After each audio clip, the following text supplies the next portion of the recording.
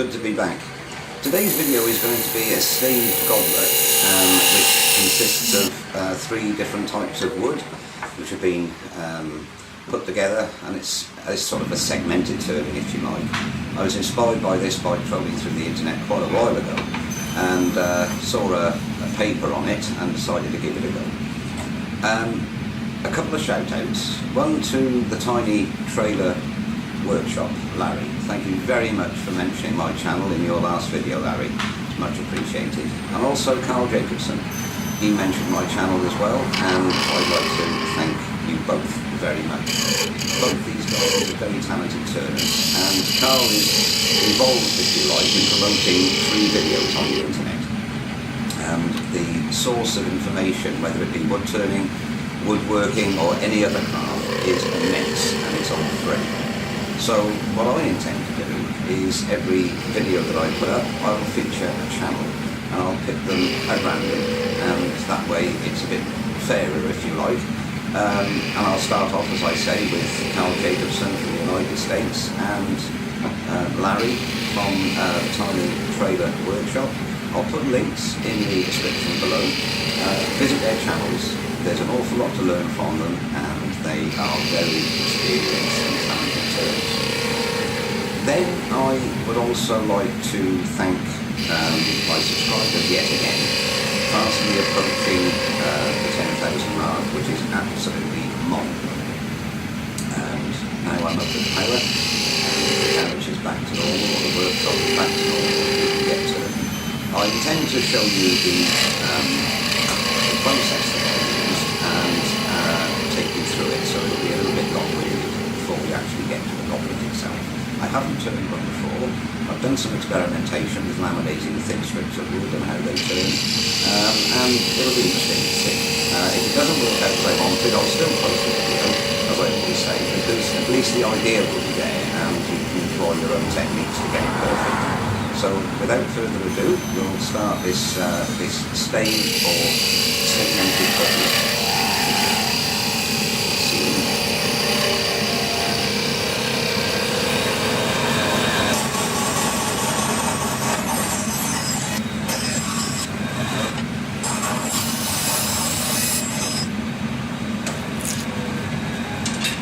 So what I've done here is the first part of what I need. And that is, I need 4 half-inch staves or strips, 9 inches, and I've used acacia here as the light wood, and then I've also ripped on the bandsaw 5 staves of purple heart, and they are also half an inch square. So they will form the core of the blade. And then what I've done, I've taken some Amazique, and I've got 4 pieces of Amazique, and they are 2 1/4 by 3/4 by 9 inches long, and that's what I've also ripped on the bandsaw. Now what I need to do is to smooth off all the faces, and then I'll show you what I'm doing with regard to the glue up. Okay, so the next thing we have to do is to get the orientation right. Now remember, we've got 5 pieces of half-inch square purple heart and 4 pieces of acacia, again half-inch square. Now the glue up is in 3 separate parts at this stage. Glue 3 staves, 3 staves, 3 staves. Purple heart 2 on the outside, acacia in the middle. Do that orientation twice, and then 1 orientation with the purple heart in the centre and acacia either side. So I'm going to glue those up now. Right, it's been about 5 hours, 6 hours since this glue up was started, and I think it's set enough for me to do the next part. For the benefit of Chris Fisher of the UK and Kenneth McFalls in the States, I'm going to try and describe what I've got in front of me. I've got 3 segmented pieces of wood consisting of 2 pieces of purple heart on the outside, acacia sandwiched in the middle, and 1 piece of acacia either side, sandwiching the purple heart. And the dimensions of these now are 1.5 inches wide by 1/2 inch thick and 9 inches long. So we have 3 of those pieces. Now the important thing is how we glue the next part up, and basically the odd one out, the acacia on the outside and the purple heart in the middle, that strip, that goes in between the other 2. So we glue that together, and then what we're left with, if we look at the end, is a checkerboard effect, and we have on each corner 4 purple heart squares. In between those we have 4 acacia squares, and then in the middle we've got the purple heart. So we have a 1.5 inch by 1.5 inch by 9 inch blank. I hope that explains it enough to you guys. So we'll see how this comes out. Anyway, I will see you in the morning when this is dry, and we'll do the final part of the glue up, and then hopefully we'll be able to turn a goblet. I'll see you later. Okay, so I now have the glue up. That is the central core. There are some very slight gaps on a couple of the staves. Well, hopefully that will turn away. I have no doubt this is not going to be a perfect example or tutorial, but if you go away having the idea, then you can employ your own methods to get it exact. So then we have the 4 pieces of Amazique to go on the outside, and the idea is that this is the important bit, that is the orientation of the Amazique. So if I can hold it, that's how it'll look. Okay, a little bit of tweaking, a bit of trimming with the glue up. I was going to originally glue up everything together, but I think what I'll do is one slab at a time, and then if I have some slight alterations, it's more important to get the centre as tight and as accurate as possible, because obviously you'll be turning away the outside to a point anyway. So it's the inner bits which are really important. So that's what I intend to do, and I'll come back when that is finished, just to give you a look again. And for Chris Fisher and Kenneth McFalls, what I've got here, lads, is the glue up of the 9 staves, as I explained earlier on, or yesterday. And then I have the 4 pieces of Amazique which will go around the outside. And the idea is when I turn the goblet, that we should get some really nice patterns coming out of the contrasting wood. That's the idea, and whether it works or not remains to find out. So that's what it looks like roughly, and I'll come back when we have the blank completed. Okay, so we've got the blank all glued up now. We've got the 9 staves in the middle, 1/2 inch square, 5 of purple heart, 4 of acacia, and 4 blocks of Amazique to surround it. Now what I've done to find the centre is I've punched a hole. Now when I found that centre, I found the centre of the middle stave, and I marked it with a craft knife to get it as exact as I can, and I did the same on the other side, and that hopefully will get things as square as possible. I'm going to put it between centres, and I'm going to turn a tenon. I've already put my calipers at the correct dimension, and as I've said before, and many others have too, when you're using a chuck, a scroll jaw chuck, you want the jaws to be as close together when they're gripping the work, because that forms a near perfect circle, because they are actually cut out of one circular disc, and obviously the closer they are together, the nearer the circle they're going to be. Okay, so I'll mount this between centres now, and we'll turn it to round.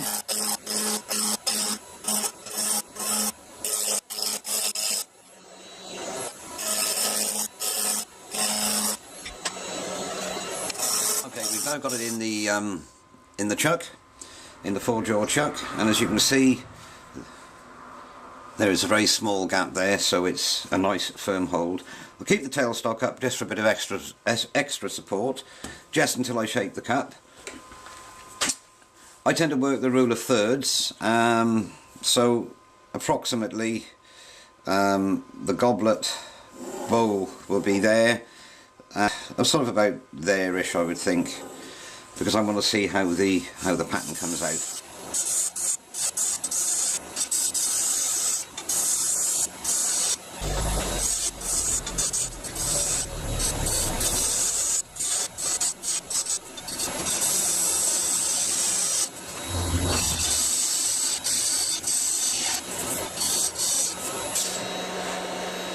Okay, that's the shape I'm going to go with. I'm quite close here, so when I hollow out.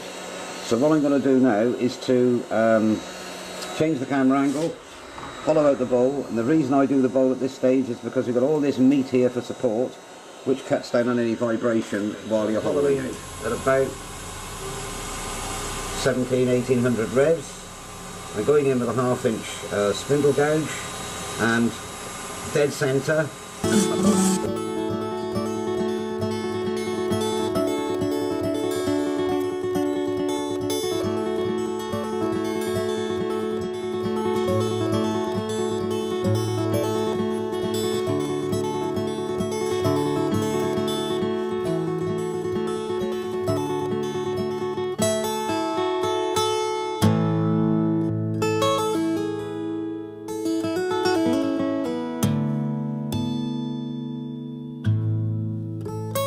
So now I'm going to sand up the inside, and I'll sand that up to 600 grit, and then I'll put sanding sealer mix, which is a mix of cellulose thinners and cellulose sanding sealer, and I do that 3 to 1, 3 of sealer to 1 of thinners.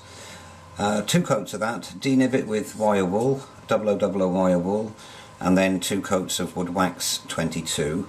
When I've sanded up the inside and I'm ready to put the final coat of wax on, I'll come back. So now we're going to put on a sanding sealer mix. And this is a mix, as I said, of cellulose sanding sealer and cellulose thinners.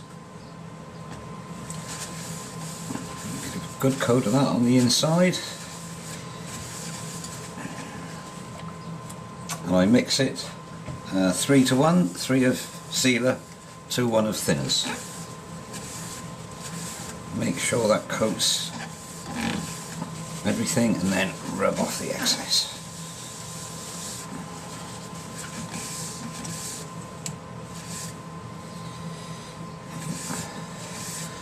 Now I've left the rim a little thicker than I would normally like, but it's because of the glue up. Well, that's my excuse. And hopefully it'll all stay together. Okay, so I'll let that dry. I'll rub that down and rub it back with 0000 wire wool, apply another coat, and then I'll come back when I'm polishing up the last coat of wax. Okay, I've put on 1 coat of wax now. Just going to put the final coat, and it's wood wax 22, as you can see it there, wood wax 22. So, starting off at about 1200 revs, with a nice coating.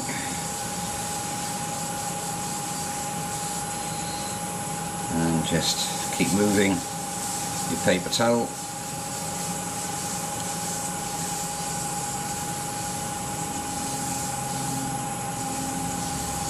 To get a nice luster.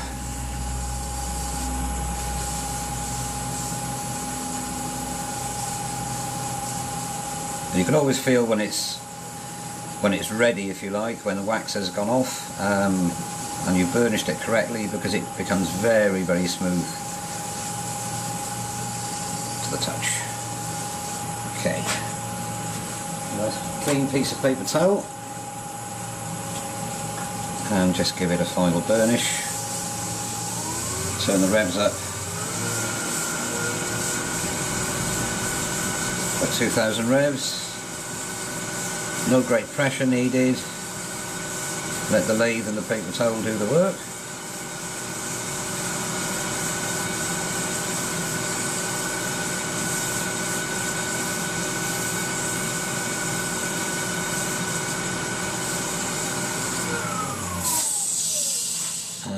there's the inside finished and looks rather nice. Okay, so I've got it set up with a tennis ball for a bit of support. Not too much pressure, just to give you that bit of support. And we'll turn the goblet now, and I'll be stopping quite frequently to see what sort of pattern comes out with the staves.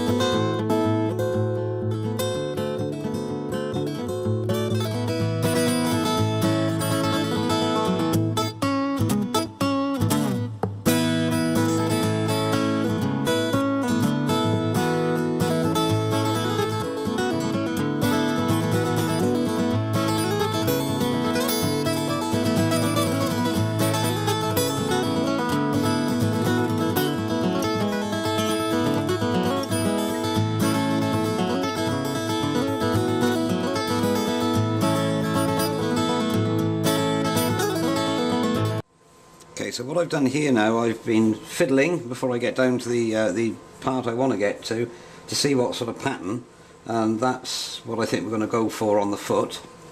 So I'll just carry on removing the wood now till I get to the bottom, and then we'll finish it off, and then I'll sand it and finish it.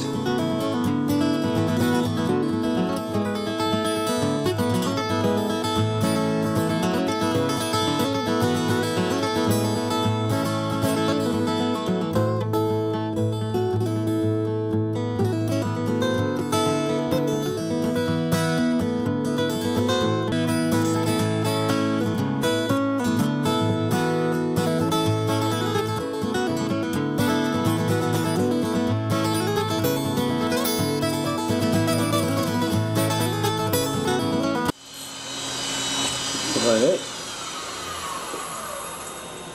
And if you stand back and have a look, yeah, I think that's just about right. So I'll go in now with the thin parting tool to get the width, the thickness of the foot, and then as far as turning is concerned, we're finished. It just remains to sand up and finish the goblet.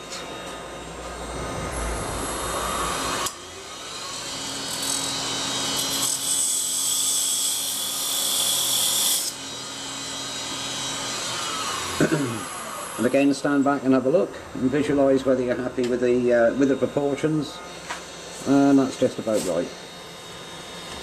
Yeah, rather pleased with that. Now, when you're undercutting it, when you cut a foot, or when you're parting off, always make sure you undercut slightly. What I'm going to do now is I'll sand up through the grits up to 600. Just a point worth mentioning, excuse me, is that you can use. Don't be afraid to use your 150 grit. Just to do that last bit of shaping, especially on a goblet, because at the end of the day it's personal satisfaction if you get everything right off the tool, but it's the end result that people look at and not necessarily how you get there. I do tend to like smooth transitions everywhere, and if I can't achieve it on a specific day, then I'll go over it with 150 nice and lightly, just to blend in those curves and make them really ridgeless, if you like. So that's the 150 grit done. I'll now be going up to 600, as I say, and I'll come back when I'm putting the sealer on. So, a coating of sanding sealer mix.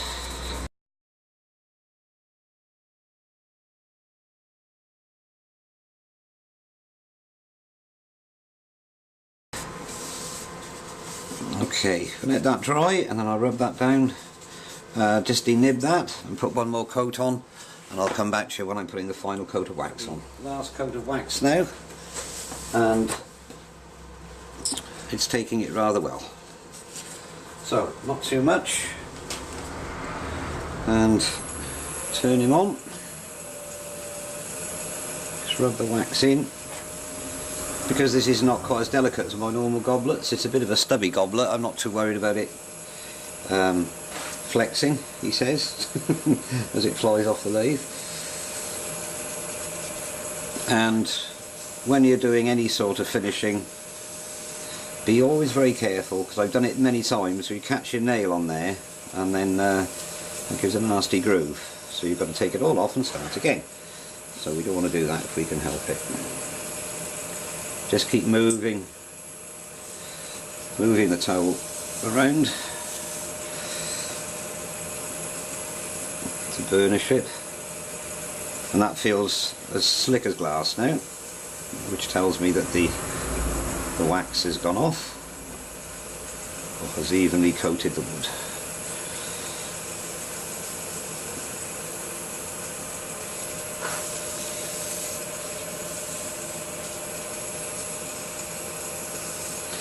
Turn the revs up,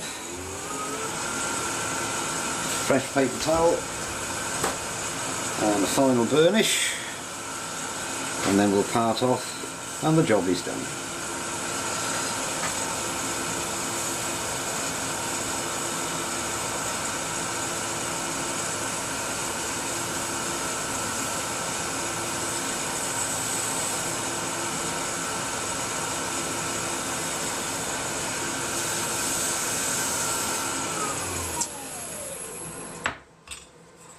And there we are. Now we've got to part him off, and as I say, always remember when you're parting off a goblet, or indeed anything that's going to sit on a surface, make sure, let's get that out of the way, make sure that you undercut it so it sits on the edges nice and stable. Now I'm going to have to put the light on again so I can see what I'm cutting, so you have to excuse that.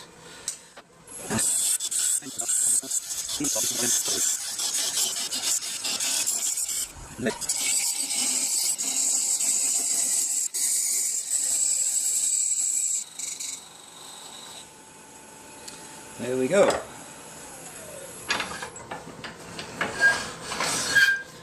Job done.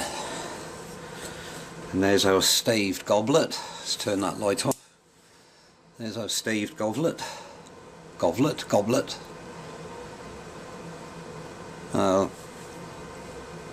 Obviously take that little nub off there, and I'll palm sand the underneath, because that is a nice pattern as well. So I think it's come out rather well. What's that there? A little bit of a mark on there, that's gone. I'll put some photographs up at the end. Thank you very much for watching, and don't forget to subscribe. Cheers now.